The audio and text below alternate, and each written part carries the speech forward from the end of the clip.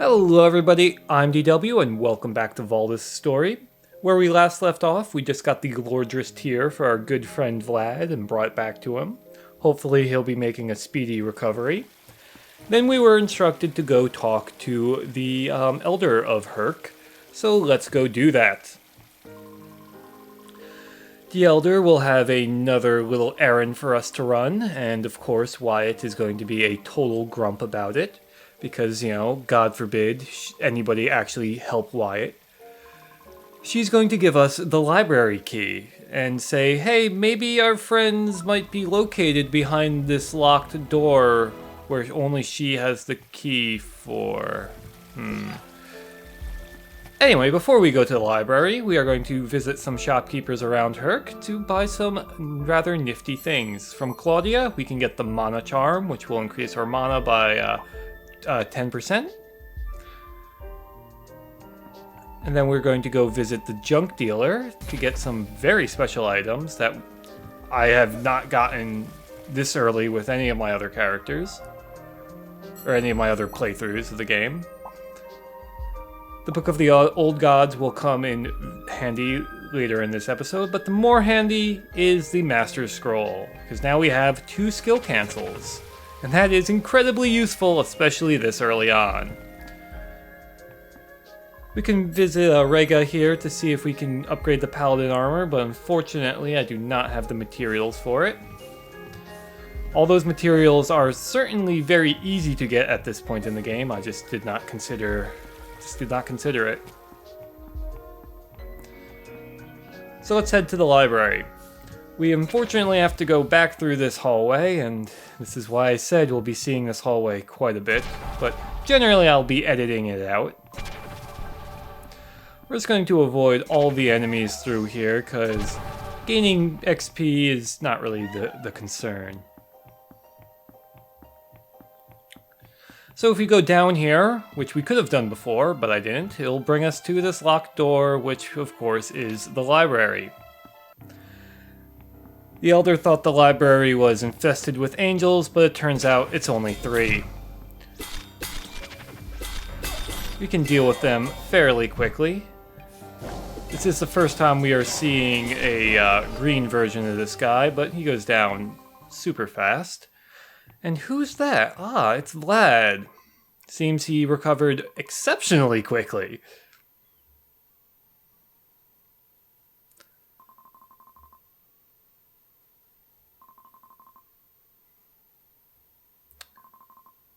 Wyatt is just the sweetest thing, isn't he? Oh, calling Vlad a friend like that. So the library basically serves as your sort of HQ. I guess it's analogous to say something like the castles in the Suikoden games, but you don't really upgrade anything. It's just where you go around. All your crew is basically just sent to the library. So anyone that we find is going to end up here, and we can chat with them or do other things. There are basically 3 types of crew members. There's ones that are shopkeepers, ones that are assist characters, and finally we have ones that will teach us focus finishers. We'll be seeing all 3 by the end of this episode.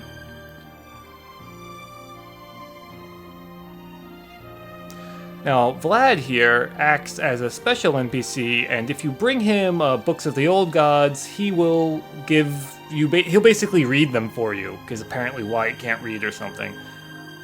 The first book that we can find, or at least the one from the junk dealer, tells about Valdis before she was a god, and traveling the world.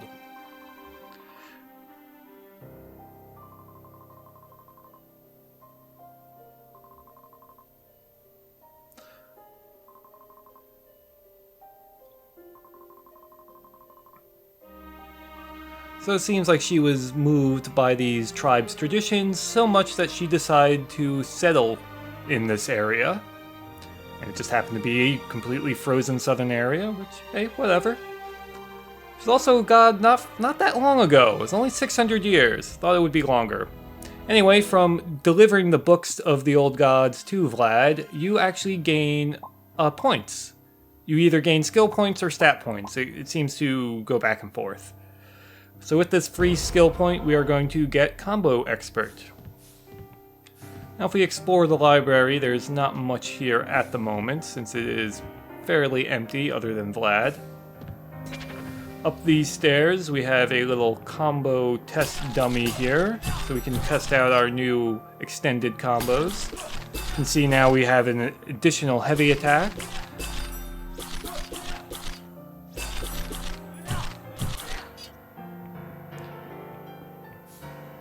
Continuing onward, we'll just find more empty rooms, but there is something at the top of the library.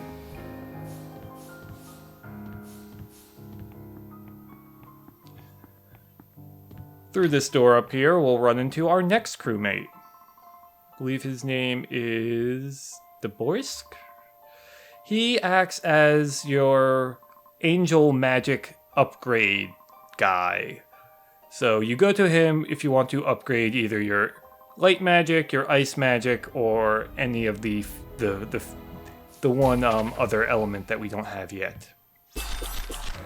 Now going back through here, if we go back through this door, we'll run into yet another new crew member, Gilda.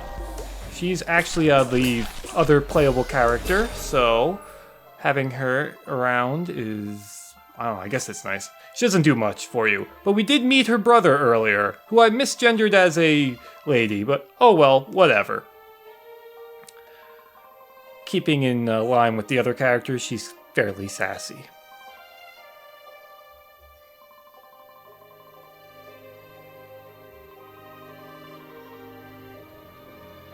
No, Gilda, it's, well, she'll find her way.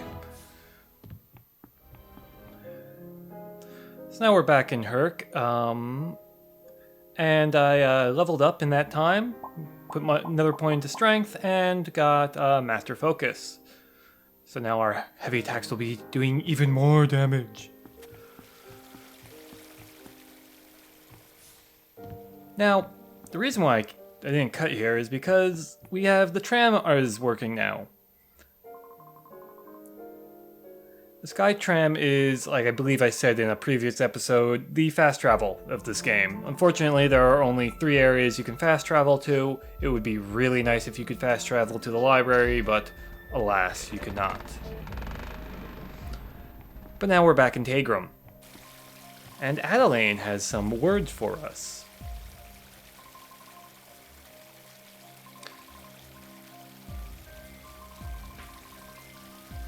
Isk is our next destination. Now, there's a couple different ways we can get to Isk, but we're not going to be seeing that in this episode. Of course, Wyatt has to be a grump about not accepting Adelaine's help. She just wants to come with you, man. I mean, it is her area. It is her area, her city, town, whatever.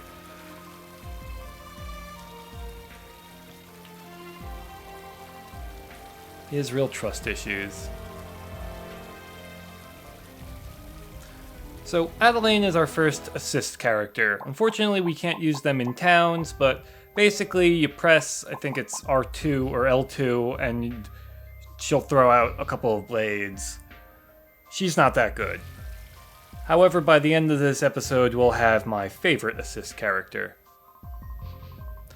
Didn't really get to explore Tegrum much, so I am going to go around and talk to some NPCs, and I hear the splishy splashes of a trout or a fish. Unfortunately, that one had nothing for us. Also at this shopkeeper up here, we can get yet another mana charm.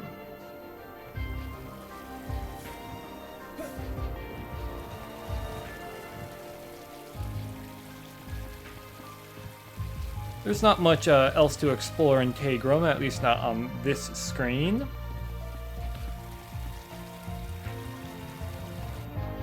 Always be sure to say hello to that guard, he's very nice. There we have a treasure chest, and I thought you could jump off that wall to get it, but it looks like you do need to place a nice tower to at least get it at the moment. It's just some steel, but it's always nice to have.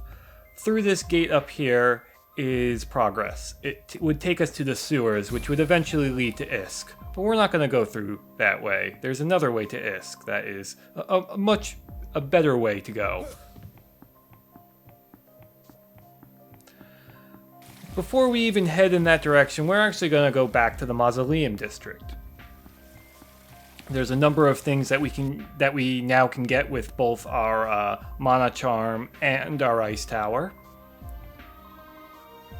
The Elder of Tegrim does have at least some additional dialogue. That's a nice little attention to detail there.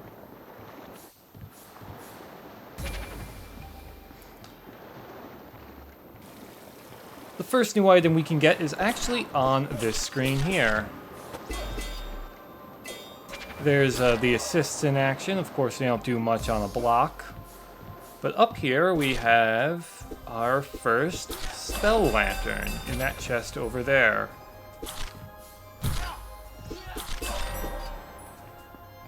Spell lanterns act as they're crafting components for upgrading magic primarily. I'm not sure if they're used for anything else.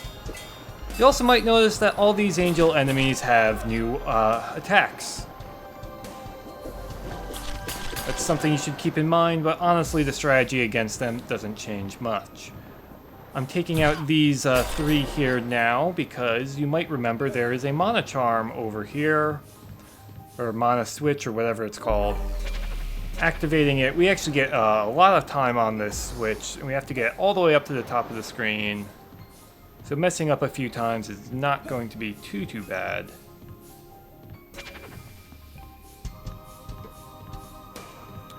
That's the door we want to go through. You get plenty of time. Up here, we will meet Shadow Boxer. He's another assist character.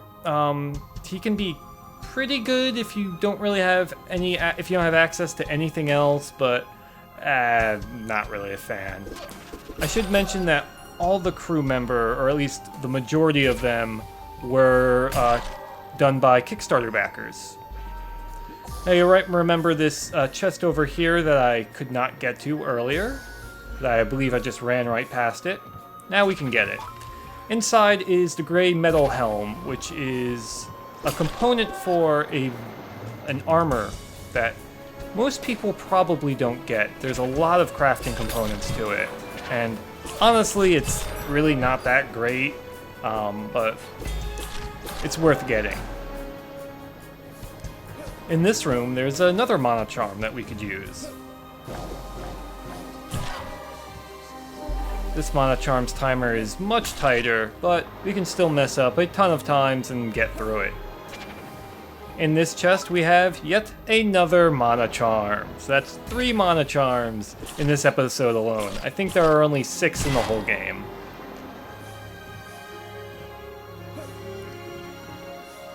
Now lastly, we have a room right down from the boss room.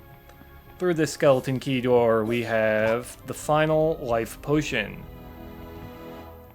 Having 3 life potions, especially where we're going, is very helpful.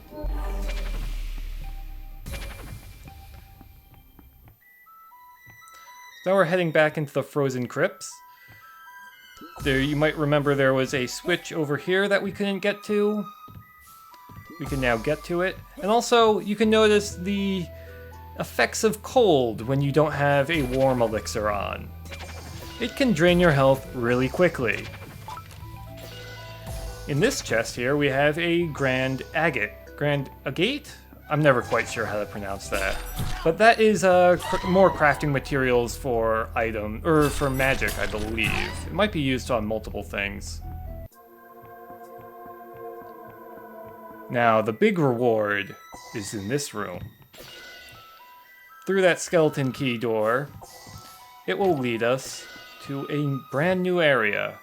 Now, unfortunately, we can't get that chest yet, but someday, soon, maybe. We are now in the Hollow. This is a very difficult area for us to be in right now, so we're just going to try to run through it as quickly as possible. And I'm going to get blasted by that, whatever that's called. Crystal Ray. These, sort of weird masked angel guys are a brand new enemy. We'll be seeing them in the next episode, so it's not too much of a spoiler to see them right now. Most importantly is recruiting this guy.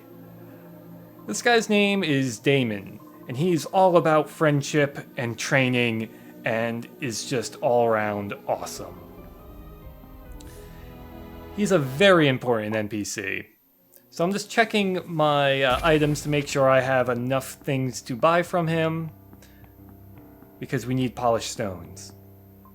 Now, back in the library, we can talk to some of our NPCs, and they will all say different things. Sometimes they'll fill you in on lore, sometimes not. The boast here is our, like I said, he's our mana salesman, and unfortunately I was missing one lesser angel spirit. Oh, that's so annoying, because now I have to come back here again to buy the upgrade for ice, and having upgraded ice is very nice. So up here we'll find Damon, or Demon, I don't know how you pronounce his name, but he teaches us some fairly unique abilities. For one, he can increase our combo count, which is nice. Or he can increase your critical damage, which is very nice. Or mana regeneration. All very nice things. But the big, important, wonderful thing that we are here for is double jump. In the original release of the game, double jump was bound to one of the one of the souls that you can get, and you would have to wait till much later in the game to get it. Right now, getting double jump super early like this is just so helpful, as I'm sure you can imagine. It functions just like you would expect it to, so you just, press jump again while you're in the air, and it will refresh after a wall jump, so double jump is rad. Now we're back in the abandoned gardens to pick up another grand agate. And here you might remember we had a red chest in this room that we could have gotten, but it was a little tight on the timing. Right now, it's much easier. Unfortunately, this is yet another armor that is just not good for the type of character that we're building. The Warlock vestments are really good if you go into dark magic, but not going into dark magic.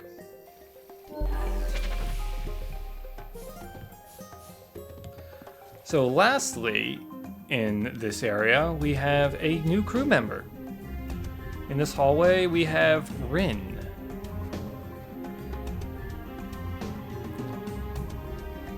So it appears that she is a former general of Morgado's army. She really likes powerful kicks. If we go back and talk to her, she will teach us a new focus finisher. But before we do that, there's one last thing. I lied earlier. There's one last thing. It's nothing major, but going down through here, of course I had to kill every enemy, because you never know when they're going to drop nice things. So down here, if we were to go left instead of right, we were to be able to pick up some steel. Anyway, back at Rin, she'll teach us Great Fang Kick. Now, if you build your character with an agility focus, this is a great focus finisher. Unfortunately, since we're going through strength, it's not so good. It does take less focus to charge up, but we only have one agility, so it's not going to be very useful. If we had more agility, then we could actually get the upgrades just from talking to her repeatedly. So we're going to switch back to Rage Slam and keep that. Probably for the duration of the game. There's a couple other focus finishers that are useful. Also forgot to talk to Shadow Boxer. He doesn't have anything too interesting to say. Guess he's just some sort of weird ninja guy. So, back in the main hallway between Herc and the library, there are some treasures that we can pick up. Oh, also I realized, apparently you can block in the air. I don't know, in the first video I said you couldn't, so I don't know, but apparently you can.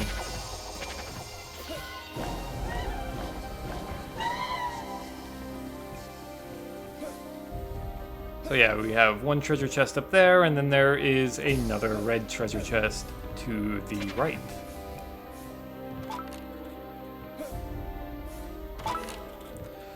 These are the Magister's vestments.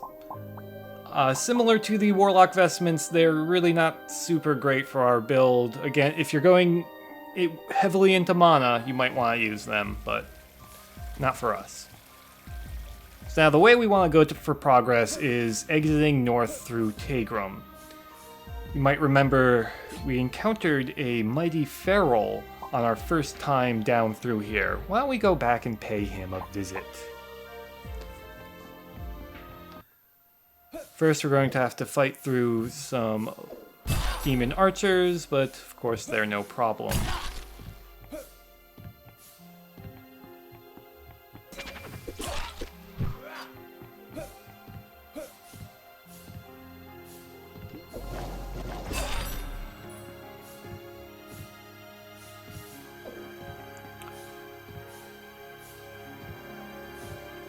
It's weird how long that effect from the paladin armor lasted. I'm pretty sure that was a bug. But anyway, back through this door, we will have a boss battle. This can be quite the challenging boss battle if you just happen to stumble upon it. Fortunately, the arena makes this boss battle a lot easier than it would be. So the big gimmick with this boss is backstab, sort of, I guess, stagger it some ways. Now, of course, you need a skill cancel to be able to dash through it. So I don't do a great job of managing my skills. You can also parry most of this guy's attacks, but you have to be close. So, like, I tried to parry them a couple of times from far away, and it just does not work out. Again, I can't dash through that guy unless I have a skill cancel, because you can't jump over that move, I'm pretty sure. Like right there, I tried to parry that, but I was too far away. At some point, it becomes a heavy attack.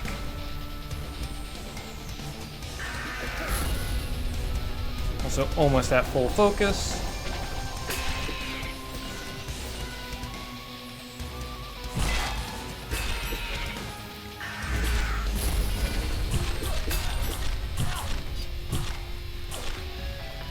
Oh, usually I don't get grabbed so much, but I'm trying to show off that you can parry his move, but you can't parry his grab attack. Fortunately, Yeti goes down fairly easily. For it, we get the White Snow Mane and an A rank, and that A rank gave us +2 strength, so I'm very happy about that.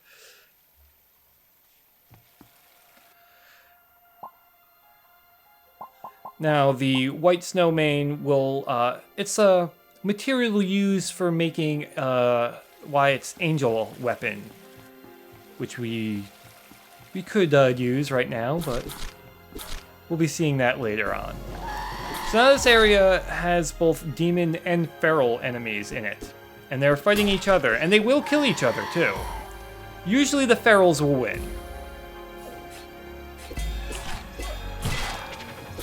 These guys continue to be really annoying.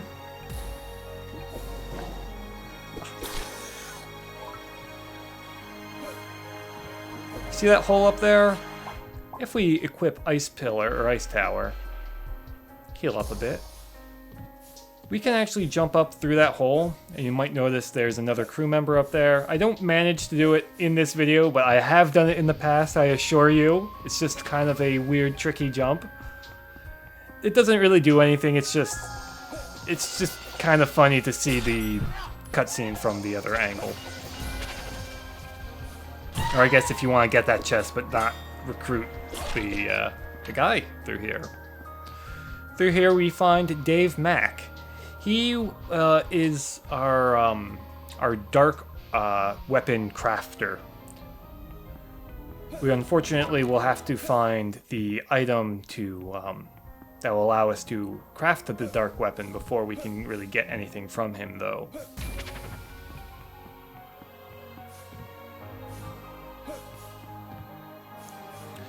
So now we just have to retrace our earlier footsteps. And we'll come to a skeleton door, which is where we want to go.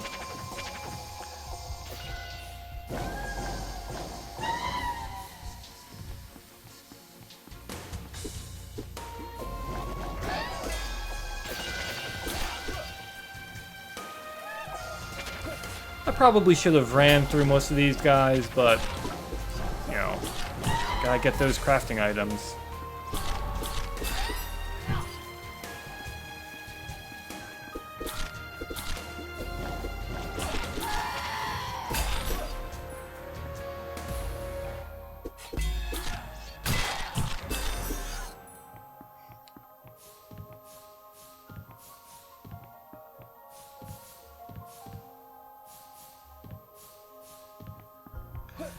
Now there's the skeleton door that I mentioned, but before going through that, we are going to go up this way. Just get hit by that? Very rude of you, mister. I will always take a polished stone. This particular vertical hallway can be kind of tricky.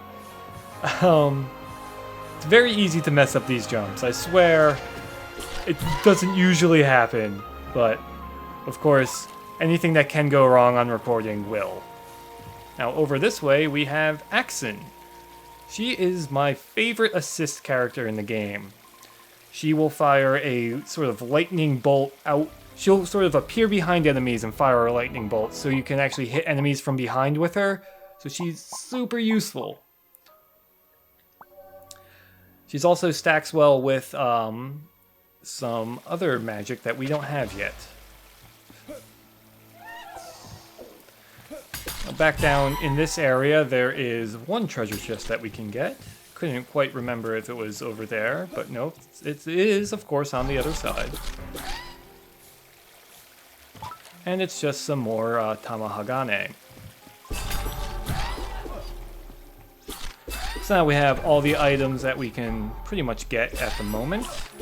Why don't we continue to progress?